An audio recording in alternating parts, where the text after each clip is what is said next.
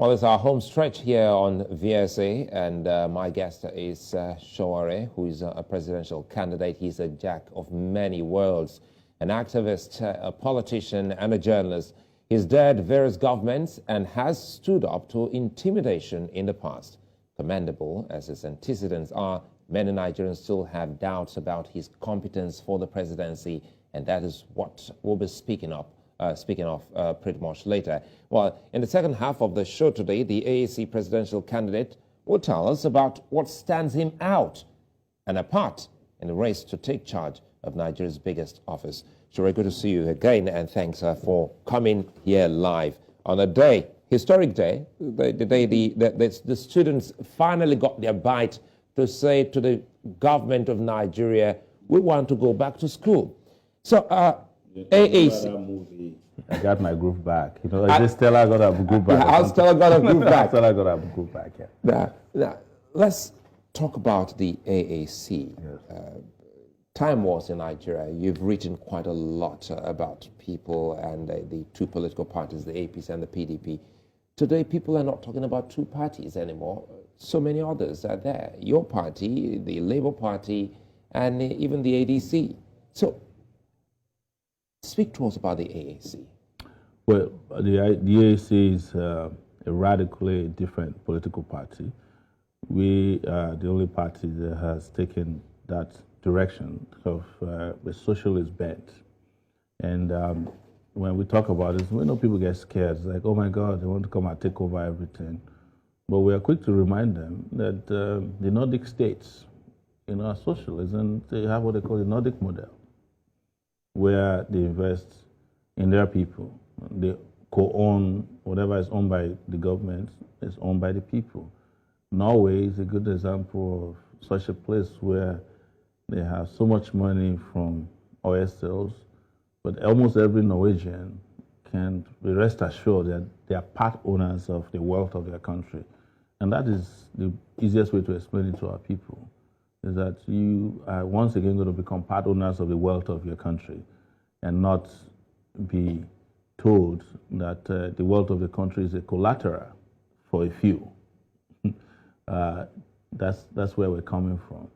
And that's why we have all these great programs that speaks to heavy investment in people, education, health, because agriculture, infrastructure, power, security, because we know without this investment, now we already now can see it, that the investment that we refused to make in the past is what put us in the situation that we're in today.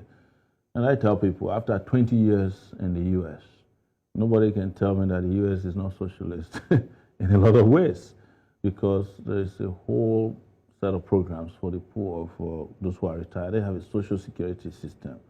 They have they have Medicaid. They have Medicare for people who reach the age of 65 and taken above. And these things are automated. The moment that age is near, you start getting your meals.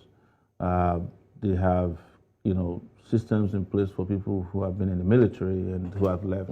They have different medical systems for them. They have grants for students, loans for students. I was in the U.S. for only 2 years when I got enough grants and loans to do a master's degree in an Ivy League school. Ivy League school meaning one of the 10 best universities in the U.S. So, to a large extent, I see them as socialists enough to be able to take care of a number of things. Of course, they are failing in a number of areas. So at the moment, sorry to cut you there. So at the moment, would you say that the present government is also trying to practice socialism, especially with these social investment safety nets it has? The present government is practicing Confucianism, They're just confused and trying the best they can. It's like a government of trial and error, because their social investment programs are programs that are not in any way designed either to last or to sustain itself. I'll give an example. The school feeding system they put in place, they are feeding kids who are not in school. I mean, how do you explain that? But we shouldn't be doing interventionist programs or what they call empowerment programs. Just make these things permanent. Design a system in which funds are set aside to say, to build infrastructure. The U.S. has just approved for themselves in their parliament or Congress a $1 trillion social infrastructure program. I mean, infrastructure development program. They're going to turn every bridge over. They're going to build new infrastructure over the years. Because of COVID, you see a lot of changes in their medical system. I'm not proud of the U.S. medical healthcare system because insurance companies have refused to let it become democratic. But you have them in Canada, you have in the UK, free medical systems that support their citizens. And this is how people live well and live long. And this is how people are able to work and be productive. That's why AAC is different in that regard. For the other political parties, like I mentioned, they just try and error. At any rate, you can't find anything written about them, their programs. All the major political parties that are contesting this election, most of their presidential candidates don't have websites. Some of them don't have manifesto, and they say it openly. We don't need a manifesto. But here it is. We do need a manifesto because the manifesto is the basis upon which you can write a social contract between you and the citizens of a country as an aspiring leader of any country. And how is the spread like for AAC now? Let's talk about the spread and the membership, of your party. We have members all across the country, and I explain it to you why. To be registered by INEC, you must have a national spread. That's number one. Secondly, when the elections were over last time, the people that started Revolution Now were members of AAC. And Revolution Now protest alone took place in about 24 cities across the country, and I think about 20 states or thereabout. And what I tell people is that if you have structures that can confront armored tanks, then you shouldn't be questioning when they say they are willing to vote. But of course, because we are not big pockets, we need to go out there and work with bare hands and talk to people, educate them, conscientize them. And like the opportunity we have now, we do a lot of media. And I was going to ask you, how are you coping with that? Because you talked about deep pockets, and we know, as a journalist, you know too well that politics in Nigeria is still about money. It is. But we started the first innovative means of funding for political parties in 2018, 2019, when we started crowdfunding on GoFundMe and our Nigerian account that we set up. It was unbelievable. I raised over 200 million naira from outside, and then we pulled together our contributions, and that's where I was helpful. But you know what we found out when we did our accounting? That those who were donating 1,000 naira in Nigeria donated more money than people were donating dollars to us, because they will keep coming back. And it is the numbers that make the difference. If you have 1 million people in Nigeria willingly donating to you 100 naira, multiply that, you already got to 100 million naira. So if you have 5 million, if you can get 5 million to 10 million, you'll be able to fund your elections. Just wait 1,000 naira or 100 naira. You can fund the election whichever way you want. And in our own case, we had little time because our party was registered in August of 2018, and we had ready for election by February. So we've been around now for 4 years and more, and we know the game and the process better than when we did in 2019. And we've been through a lot to understand how to survive during hard, difficult. Because it's amazing, Sowore, that you're still there. I recall we had quite a number of young Nigerians. I remember leading up to that election, I also spoke to Fela Durotoye, yes. Yeah, another young, vibrant Nigerian.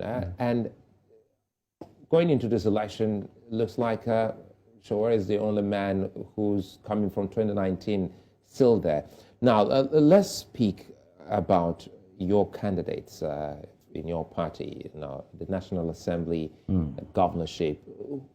Do you have candidates for these positions? We do. We filled out a number of seats. Positions. We nominated candidates for a lot of positions, over 200. within the shortest time possible allowed. I think we had almost only a week window between when we won our case and when INEC was going to close down nominations. So you have to credit us with ingenuity for us to have been able to mobilize and nominate people in primaries across the country. Are they enough? I'll be honest, probably not there, but we had to put in enough people such that if all of them won, we have enough people to work with.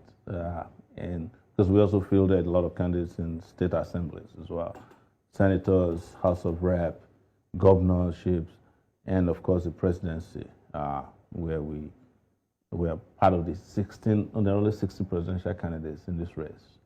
And I'm one of what you could call the top rated ones. Forget about the polls that they are rigging up and down. We know the reason they are doing it, but we must keep pushing. So tell me, if you will, why do you want to be president? I want to be president because the country is in need of leaders, not rulers. It's in need of vibrant, exposed, I would say young, youthful, because I'm no longer the youth of 35 years old. And this country is in need of radical ideas, big ideas. And I've often said it that it feels like we're wartime. We're in wartime, and we need a wartime leader as well, who can rally troops to victory for the people. It's just different that we may not be in a civil war situation. But I like to be quoted as saying that Nigeria is experiencing a civil war. Because the fronts where we are fighting are plenty, and not many rules are available to govern the front lines. So some of the wars that are afflicting Nigeria today are not the type that you have. They're not textbook wars. This is unusual, unconventional war. Talking about unconventional, wars. There are not too many radical politicians left on the continent. Yes. The very few, are no more. And in today's world, when you look towards South Africa, we talk about a very young man who is the EFF leader, Julius Malema. Yes. We also saw Bobby Wine, who, when we talk about Bobby Wine sometimes, personally, when I look at Bobby Wine, I look at Sowore, I say, Bobby Wine, Sowore. And Bobby Wine was almost getting to, to the presidency. Now, yeah. I'm sure Bobby Wine won that election. I'm sure you think? I think it was rigged out. Yes. And I would say that it's very important that Africa, that's the reason why we call our party African Action Congress. That renaissance is needed. And one of the reasons why I felt there's a need for new crop of African leaders was what I saw in London today, where African leaders were put in a bus to go to the Queen's burial or funeral. And other countries' leaders that are doing well were allowed to drive into her compound or whether the burial funeral place. And I remember what Lord Lugard wrote about the African elites. He called them the trousered Negroes. And these are the people who are so spoiled, rotten, and without ideology, in that they used to send their trousers to London to be washed, ironed, and brought back to Lagos. You think there's still some sort of subtle racism? Of course. This was completely racist, in my view. If I was president of Nigeria and I attended, first I won't attend the Queen's burial. I don't believe that it's our business to mourn the Queen. That's for her family. It's a family affair. And those of our countrymen and women who still, I won't attend. But if I were to attend any event anywhere in the world where that kind of direct, disrespectful culture of racism was visited on me, I'll come back home. I have a jet parked at the airport. I'll go back to my hotel and leave the next day. I won't enter into that kind of disrespectful. You're the leader of 200 million people. We don't even know how they got our VP down to the event because he was not in the bus we saw. Maybe they put him on a motorbike. Who knows? I'm exaggerating here. Sure, you sounded very much like Robert Mugabe. Well, no, this is fine. Actually, was one of the people in 2015 that harassed him in Abuja over democracy, and it was like big. He was that Eagle Square. Yes, They inauguration of it. So you know what Adiola interview with her. I was behind Adiola, and ask him this question. And the first time that I saw Robert Mugabe unable to answer any question thrown at him was on that day, and it quite take long before he was kicked out of power. But I share the sentiment that Africans should not continue to genuflect on the altars of fallen European gods or personalities, of which the Queen was not just somebody else that would go to her burial. I mean, talking about slavery perpetrated by her people, her family members. I remember reading while in detention, and this is a well-known fact. She used to, the family of the Queen of England used to have a ship known as Jesus that was used to take slaves out of Africa. It was named Jesus. And then during her time was colonialism. She used to visit all these places with their subjects. And after that, they created an alumni association known as the Commonwealth of their former slaves or subjects. And I'm also opposed to that. I said that if I'm president of Nigeria, at the minimum, if we're a member of the Commonwealth of Nations, it has to be that we can travel to your country without a visa, any of these Commonwealth states. Otherwise, you can kiss us goodbye. So, you think, just as we've seen with Belgium and the Congolese people, you think the UK or the British monarchy owes Nigeria an apology? Not an apology alone, they owe us reparation for the incalculable damage done to our people, our culture, our religion, and self-esteem. This is what ruined the black man. It's just this constant bombardment and barrage of visitations that just took everything we have, including our common heritage. People came here and stole things as simple as our crafts. And we're still begging them to return them, and it's still a ceremony to return a stolen good. I also tweeted during this Queen funeral thing that they said they found a diamond on their crown that was worth $400 million. Now, it was stolen from South Africa. And I said, when is it cool to be wearing stolen goods? Yes. And if it was a black person that stole snacks, a bag of snacks in a shop or supermarket in the U.S., they could go for up to 5 years in jail. But the Queen can steal $400 million diamond and attach it to her crown. Before we move out of this quickly, I'm happy though you hear on such historic moment, because for some they still don't think that they were stolen. A lot of people don't get it. No, some still think that they were not stolen. That when you conquer a people, is the booties of war. So why don't I go after 20 years in the U.S.? If I feel like I conquered a part of the U.S., I just steal stuff, Because you didn't conquer anywhere. Well, if I pay for a hotel, why is it that I cannot take with me the iron, the bed sheets, and the towels there, and not be called a thief and be on the front pages of the newspaper the next day? No, we're not conquered people. It's just forceful domination of persons. And those items were stolen. They were taken without permission. They were not paid for. They were not bought. And they were shipped away. And if we did the opposite, if we stole the amount of goods and services, and mineral resources from the UK the way they stole from us, they would have invaded the entire African continent. And the reason would be that we're in search of what we stole from them. Now, let's talk about the administration. President Buhari will not be on the ballot, and he's speaking, and just recently he was in southeast of Nigeria, specifically Imo State, where he said that in all his laudable, achievements, his handlers are not speaking about them. And how did that come to you?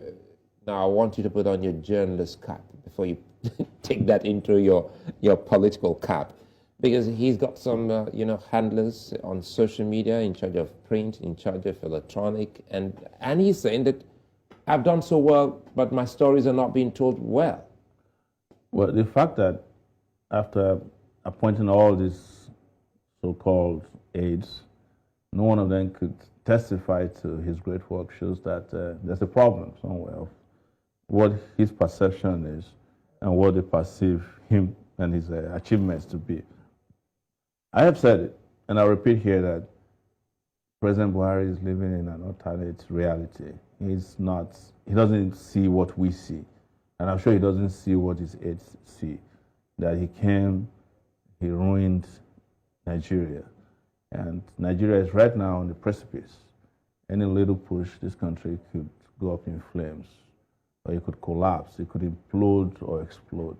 He doesn't see that. He doesn't see that his nepotistic style of governance, his high-handedness, his tyrannical dealings with the people, his encouragement of corruption to the highest level, his collusion with some bigoted people, his bigotry has polarized the country of Nigeria, and people are not smiling. And I think it got to a point where his aides started to think about their own future too. There's a level beyond which you also can push propaganda.